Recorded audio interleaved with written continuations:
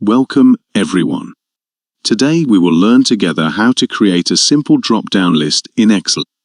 Let's go.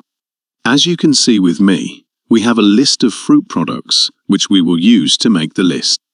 First, we must select all the data we want to make a list of. After that, we will right-click and choose from the menu that will appear. Define name. A new menu will appear to give this group a unique name. The program suggests that we name it with the first name on the list. For example, we will call it A, B, C. Then we press OK. Now we will select the column, then go to the Data menu, then choose Data Validation.